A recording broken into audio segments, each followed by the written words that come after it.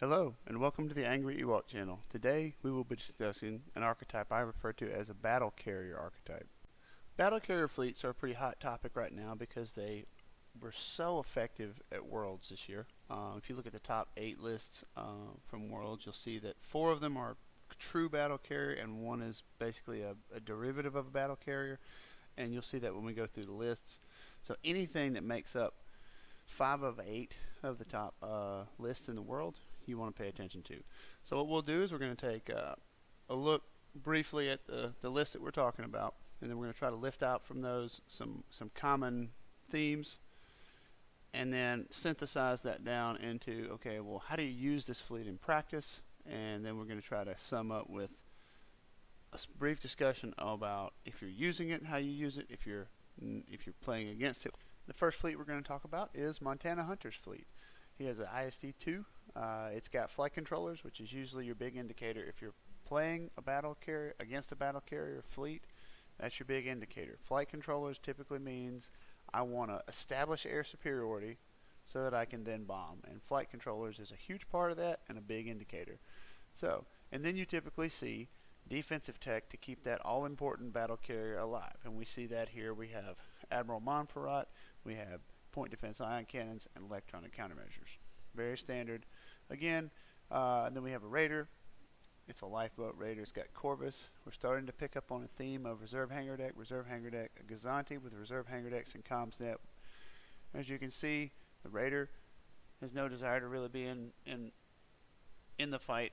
Neither does the Gazanti. It's all about the Star Destroyer, and the reserve hangar decks is starting to be an indicator of what he's planning to do. You also look over and you see Jindin, Vader, Steel, and Hondo, and 4 TIE Interceptors. And you got to think, you got 3 reserve hangar decks. That's a lot to chew through. And when we start breaking down the usual engagement pattern of this fleet, you'll see, it's not rocket science, but it makes sense. Like, okay, we got interceptors come in first, kill off the squadrons, and then these 4, essentially 2 dice apiece bombers, are used afterwards. So that's what you should expect from this fleet. The next fleet we'll look at is Mac's fleet. This is a Thrawn fleet, and it's kind of the same idea. You got Brunson to defend the carrier, you got flight controllers, enhanced expanded hangar bays, electronic countermeasure spinals, and 7th fleet. Then you have a Gladiator that's not a demolisher. It's purely there to support the Star Destroyer and maybe provide a little black dice punch if you need it. But it's Hondo, projection experts, 7th fleet. This is purely a support ship. Supporting that, we see the exact same 3 squadrons: Jindin, Vader, Steel, and then instead of Hondo, who is a 2 dice bomber, we replaced it with Mornike, who's a 3 dice non-bomber, but she's got rules that make her hit really hard. And then instead of interceptors, we have 5 TIE fighters.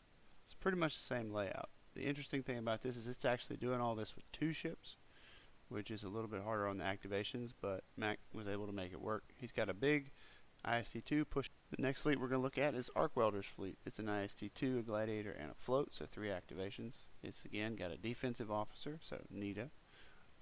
You got flight controls expanded, so you're pushing 5, 6 with a token. You got ECM, point defense, LTT. Same kind of stuff. This one's using Ozzel instead of Thrawn. You have a demolisher here. It's an actual fighting demolisher with some relatively cheap upgrades: skill first, ordnance, racks, and demo. Then you got a float that's basically a token slinger. So you get 3 activations with tokens movement.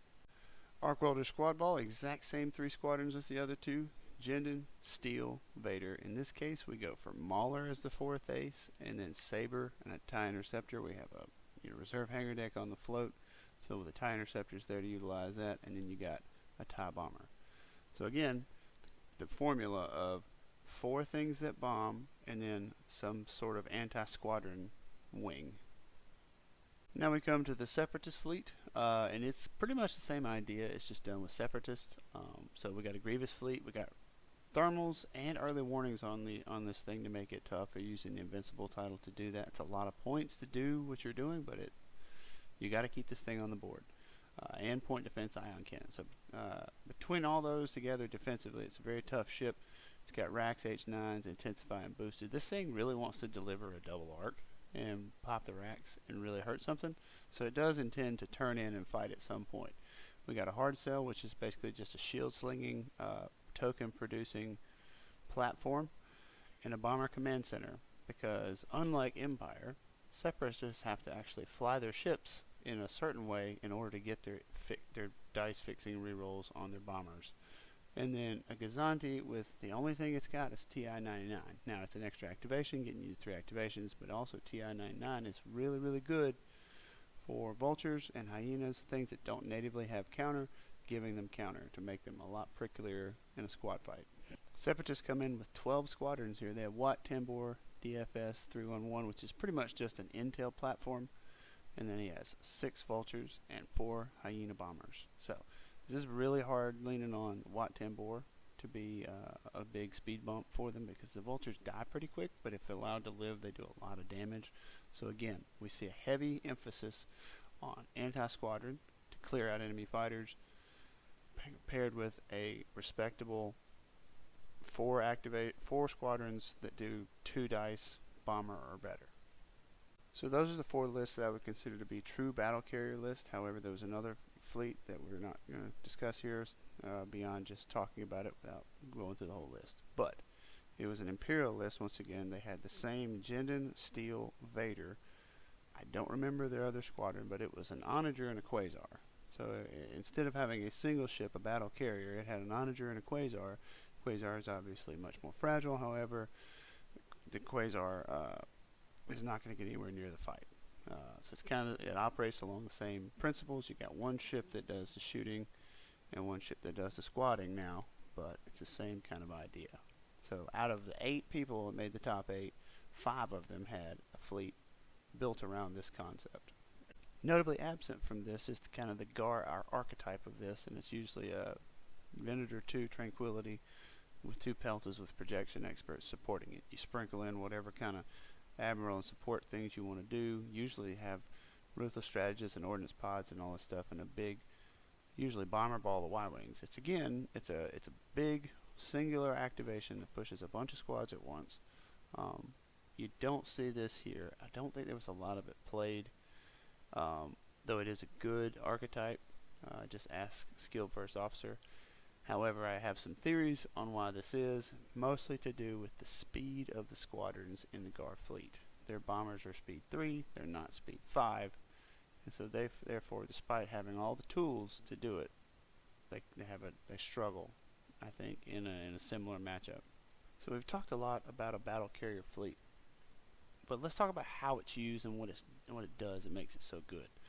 So we have a kind of a more ship-based Separatist fleet. We got Patriot's Fist and some other hard cells. We're assuming Martuk, and then some squadrons. They got 4 vultures, 3 hyenas here, so relatively good anti-squadron complement, nothing serious.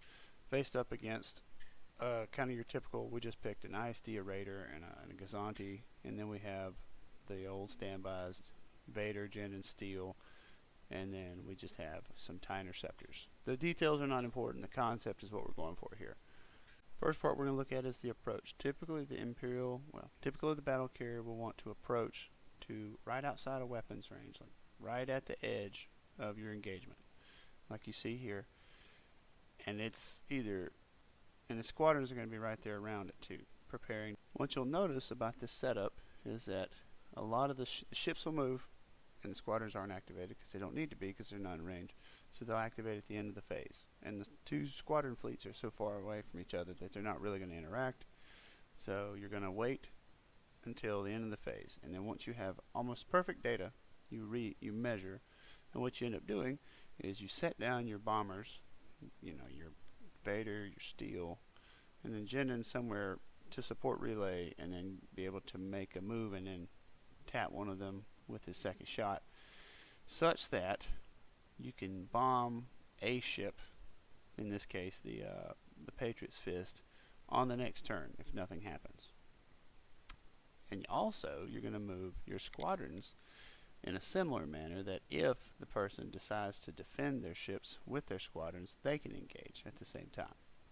This puts the enemy squadrons in a conundrum, and they're going to activate back and forth 2 and 2, so you're not really going to see this whole thing.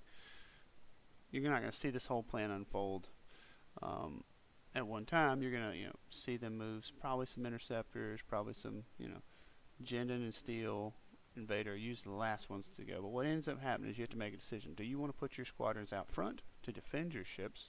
Which is usually what you do, because this is a more ship-oriented fleet. They're going to be wanting to use their guns to win the fight, not their squadrons. And then your bombers typically hide away, hoping to be able to pounce on something as it comes in. This Star Destroyer is angled a little bit towards the hard cells, so the thought is maybe hold the hyenas off to the right in case it tries to come in at speed 3 and quickly escape the Patriot's Fist and get an escape vector. You can send these hyenas in to try to pounce on the Star Destroyer, but if they're up front, they're going to get tied up. So you want them far away from your where the dogfight's probably going to be, an outside of range of where these interceptors can get to, and hopefully under some flak bubbles. So if they do get jumped, they can get it. You can exact a toll from the enemy squadrons. So this is the point of decision. This is the big critical turn of the engagement and pretty much of the game. And what'll happen is, depending on who's going first, somebody will activate, but the battle carrier is probably going to be the last activation of the closing turn. It's going to go to being the first activation in every following turn, but this fleet will delay as much as it can. It kind of, in a way, is benefited by second player here because it can use pass tokens to stall out and be the last activation to prevent retaliation. But the other two ships will go. They will delay as much as they can. If the pass tokens are in play, they'll get played. And then a decision needs to be made about, do we want to, if the enemy put their anti-squadron squadrons out front, you'll send in your more chaff squadrons to try to kill those off. For example, in Mac's fleet, TIE fighters. In Montana Hunter's fleet, interceptors. Arc Welder, some combination thereof, plus Mauler. Those guys are going in, and they're going to try to do what they can to clean out the squadrons that are in play. Typically, the enemy doesn't want to give up an alpha, but what are their options? Because if they don't, once you delay, what ends up happening is you get hit with Jendon, Steel, Vader, somebody else. And so if you don't put your squadrons out front, you're running the risk of getting hit for 4 different iterations of 2 dice, which is one of the worst ways of delivering damage. Single damage is more difficult to mitigate with with defensive tokens, but PDIC being what it is, it's 2 dice is I think really where it's at in terms of damage. So if you do nothing, you eat these 4 bombers, so you're expecting to receive about 8 damage. Hopefully you have some sort of defensive tech to neutralize it, but that's what's going to happen to you. And there's really not much you can do about it. And the big reason for all this, the problem, is that the bombers are as fast as the anti-fighter squadrons, and the bombers also, in the Imperial case, double as dogfighters. They're not just bombers, they're also some of the best dogfighters in the game, so they're not wasting any points in either department. Once the decision has been made one way or the other, the Star Destroyer has to make a decision when it moves. And this is why I think Ozzel was used in one case, why thrawn was used in one case, because of the ability to change speeds and move speeds around. I can guarantee you that this Star Destroyer will be sitting on a token, a navigate token from the float from a previous turn before the engagement too, because it really is important where this thing goes, because for all its power as a squad pusher, it is pretty much the crux of your fleet. If it dies, you pretty much don't have a way to push your squadrons anymore, and your squadrons, while powerful, sit idle. The Star Destroyer is going to make a decision to either try to come up short if it can do another move and get to range, stay outside of range of anything. It might, depending on what it's got. A lot of these Star Destroyers have expanded hangar bays, not boosted comms, though Jendon Relay 2 on a stick from a long way away kind of mitigates some of that. Depending on if you're looking at it in an expanded hangar bay Star Destroyer, you would expect it to need to come a little bit closer. So this may not be an option for them, but it's probably either going to stay at 1 and try to turn in and get on an escape vector, or it's going to be aggressive here and go to 3 and try to get into somebody's face because it cannot, what it can't do is stay speed 2 in a protracted gunfight with 4 ships. As tough as it is, it will lose. Yes, you'll probably kill a ship, but eventually all that damage, all those dice from ships will get through. So the biggest thing, and I think the skill of playing a battle carrier fleet, is getting a good escape vector, knowing when to push your squads in, and finding a good escape vector. And most of the time, that's going to be the telling moment if it wins or loses. From here on in, it's pretty much just standard squadron play. Bomb what you can, kill enemy squadrons where you can, but it really comes down to what does the battle carrier do? And it's a battle carrier for a reason. You want to try to deliver a double arc, you want to try to get out of there, and it can fight. Like, the squadrons by themselves are not going to win you the game, which I can respect much more than, like, say, running away with Quasar. And so what you create, I think the real strength of the battle carrier is the burst damage that it can put out in a single activation, be it Separatists, be it Gar, be it, Empire in this case.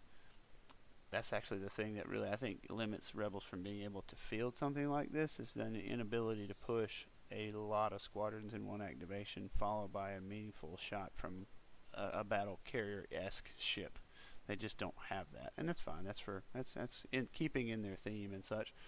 But the big point is that when they go, there is a large amount of damage coming from squadrons, and a large amount of damage coming from the ship in a single activation that's very hard to react to. If it were spread out over 2 or 3 activations, it's much easier to, if your ship is in a double arc, and you go with your ship and don't activate your squadrons, the squadrons might get pounced on and tied down. If you had just a squadron activation with no ship, you probably lose the double arc on the ship. It's putting the two together in the same turn. The maximum damage output is very high, and then you hopefully, and by putting it all in one activation as well, what it does is it puts pressure on the enemy fleet's previous turn squadron positioning. Where they put their squadrons at the end of the turn before is where they're going to be during the only meaningful activation of the next turn. So they have to play far in advance with their squadrons to even have a shot here of catching you and stopping you from what you're doing. The biggest thing here is you got to have an escape vector. If this Star Destroyer, for example, if it bumps up and gets caught and doesn't kill Patriot's Fist and these hard cells get around on it, it's going to be bad. So you'll often see this Star Destroyer go to 3, peel away. So once it's done its damage, it's probably going to kill one thing, leave, and try to clean up the squadrons. Because even with the long range of relay and the quickness of these squadrons, once it turns away, once the carrier is moving away from its target, it's going to be very difficult to interact with the battlefield in a meaningful way. So, the key point from this, the battle carrier has to live. It is all important, and so you'll see a lot of defensive upgrades. That's one thing that Empire has a lot of. I think that help them here is things like NETA and electronic countermeasures. You got Montferrat, early warning, point defense, ion cannons, and it's really, I think, comes down, and then you got Brunson, who's also pretty common and pretty solid. I think this really comes down to what you expect to see. This is kind of a meta call, because ECM's obviously good against big bursts, so you get to use your brace, but you're also worried about chip shots from CR90 swarms. I think that's why you see NETA, that's why you see early warning. You're worried about getting bombed down. Separatist, in this particular example, they used Invincible, they used thermals and early warnings together. That's pretty good. I think Invincible's a little expensive here. It may not be necessary, but you got projections, and also Separatists have access to Beast of Burden, which is a really nice title. They really didn't need it in their particular one because they had Grievous to restore tokens. But again, the battle carrier must live. Everything else is designed around supporting that battle carrier so it can get in and get out, and the squads can win the fight. It can clean up what the battle carrier doesn't kill. And a big thing here, something that puts Separatists kind of in a bind, is that Wat Tambor is an excellent officer to keep a ship alive. So with Wat Tambor's squadron being so good, to keep your squadrons alive, and Wat Tambor officer being so good to keep your ships alive, there's a decision that has to be made there. And I think that's an interesting point for Separatists. If they could have Wat Tambor officer and then Wat Tambor's cousin, not Tambor, as a squadron, they would love to do that, because he is a big part of a big linchpin of both ships and squad durability for them. Another big thing we see in a lot of these fleets is the ability to get multiple commands at a time, because you're going to want to push squadrons on your battle carrier pretty much all the time. And you don't want to be reliant upon that dial being a squadron, because if you get sliced, you kind of just lose. You have one ship, it's pushing 6 squadrons a lot of times. If you get sliced, you lose here. So a lot of times what you'll see is Thrawn, or you'll see Pursuant on a Quasar. There's a lot of different tech. If you look back through the list, they had tech and contingency plans for dealing with that kind of situation, but just something to be mindful of, something to look for. And so glaringly absent is the GAR. They do have the defensive tech, Venators with Tranquility and Projection Experts. It's a really tough ship. Thermals going off before intel officer and accuracy is a huge deal too. They struggle a little bit with the speed problem. I think they're very good against other battle carriers if they can keep them in front of them. The problem is that they can't reach out to the sides and grab stuff. Their squadron speed is the issue, and I think if you look, the fleets that do the best are the fleets with the fastest bombers. And I honestly think that that's a key component in it, because you're putting a lot of points in one ship, and if the squadron's in that ship, basically the area of the board that you can affect is wherever that ship shoots and wherever the squadrons off of that ship can get to. And so the difference between speed 5 in a bomb and speed 3 in a bomb is huge in terms of what area of the board you can affect. Also, in a straight dogfight, they're just clones. Anakin's good, Ahsoka's good, but a lot of their offense comes off of Ruthless Strategist and Ordnance Pods and Flak too.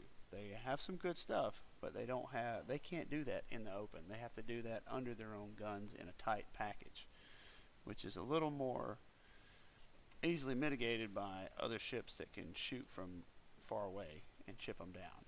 So I think that's what that's what GAR kind of struggle. So you may be asking yourself, why? What big piece of the puzzle makes Empire so much more successful to the point of 4 of the 8 in the top 8 are Empire, and all of them universally run the same 3 squadrons? Why?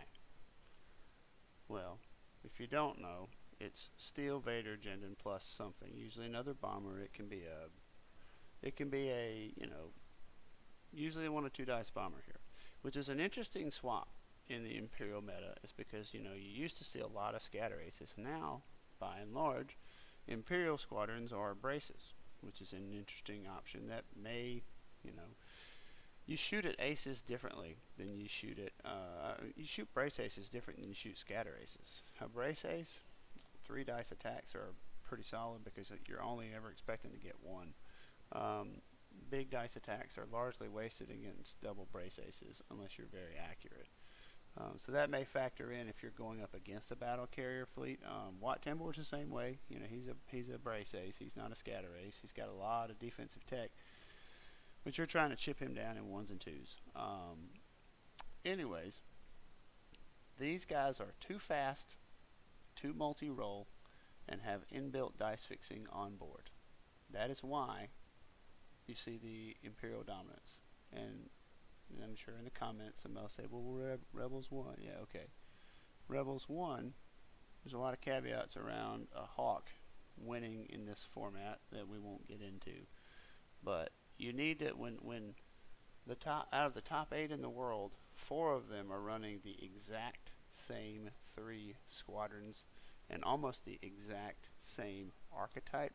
You have to start asking yourself questions like, why is this so effective? Why are lots and lots of people able to be successful with this? And it's the speed and the reliability of these squadrons, and the fact that they also are good dogfighters. So a lot of factions, for example Separatists, they have to make a decision. Do I want to take a tri-fighter, which is kind of a middle of the road, a vulture, or a hyena? And obviously you say, well, yeah, they're a lot cheaper, and that's true. But that's why you send in your chaff interceptors and stuff first. Empire doesn't have to pick. They just have the best 2-dice bomber in the game in Merrick Steel. That doesn't need to be inside Bomber Command Center range. He just has it. All those things that every other faction works for to try to fly their fleet in a cohesive way to keep him in that them under Bomber Command Center. He doesn't even need that. Oh, by the way, it's always going to happen. Bomber Command Center is a reroll. This is a dice set.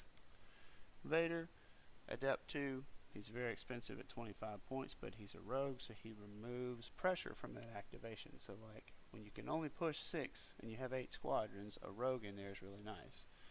Jendon is the big linchpin because it extends that range. It allows them to take, enhanced expanded hangar bays and still get their activations off. So just before Vader came out, you could kill Steel, and then you could take away both of their 2-dice attacks. They're going to funnel through Steel. His actual attack plus a Jendon attack. Vader coming into the mix, despite being expensive and not as tough as Steel for the same for more points, he's that second option. You can't kill just one. You have to kill both. And so by the time you get both of them dead, you basically won the game already if you can kill both of them. So that's a big problem that I really don't agree with. I really feel like Jendon either shouldn't have relay or shouldn't have its ability or shouldn't work on uniques. And I think Steel should either have to pick to fix his dice against squadrons or fix his dice against ships, but not both. Something needs to change here, and with AMG pulling themselves out of the game, we're going to continue to see this same set of people over and over and over until Armada dies. If we don't decide to either A, take the high road and don't play it, or B, to tweak it a little bit. And I'm much more in favor of tweaking it a little bit. I'm going to put out a reaction video at some point about this and say, hey, AMG's leaving the game. We can take over. We can start trying to make some changes, make some points adjustments, do some things that let lots of different archetypes prevail in the right hands. This is the difference, I think, between Separatists and Empirists. Separatists are essentially a speed 4 squadron fleet versus Empire is essentially a speed 5 squadron fleet. So in that situation, the Alpha Strike will go to the Empire. And while Vultures and Wat Tambor are tough, I don't think that they are actually going to be able to go toe-to-toe with something like this. I think that they were able to get in on some good matchups beforehand. I mean, that's why you see like the Separatist fleet got to day 3, amazing accomplishment, and then went 0-3 and was not very successful, and you could see why. In a field of 4 fleets like this and 2 very aggressive Akbar fleets, it's a very difficult situation for the Separatist fleet, and I think it comes down to just the technology that Empire has and the speed that they have, the ability to engage first. If you're fighting a battle carrier, keep all this in mind. If you can kill the carrier, you can make a lot of choices. You can sell out and do a lot of risky things to bring the carrier down, because if you ever bring the carrier down, you're in for a big win. But that carrier wants to get away really bad. Thank you for watching. Hope this is informative. Hope this laid out exactly how battle carrier fleets work, what they're trying to do, what tech they're built around, and maybe something you want to either take into account when you're playing them or run them yourself. They're fun. They are high risk. You lose that carrier, you lose the game. So they are very high skill, and there's no denying that. But in the right hands, they're very, very good, as you can see, and as the results bear out. Essentially 5 out of the 8 in the top 8 were running this. Thank you for watching again. I ask that if you do run these battle carriers, just consider, make sure that you're not running something that you think is too strong. If you feel it is unfairly good, you should not be fielding it, out of a spirit of fair play and honor.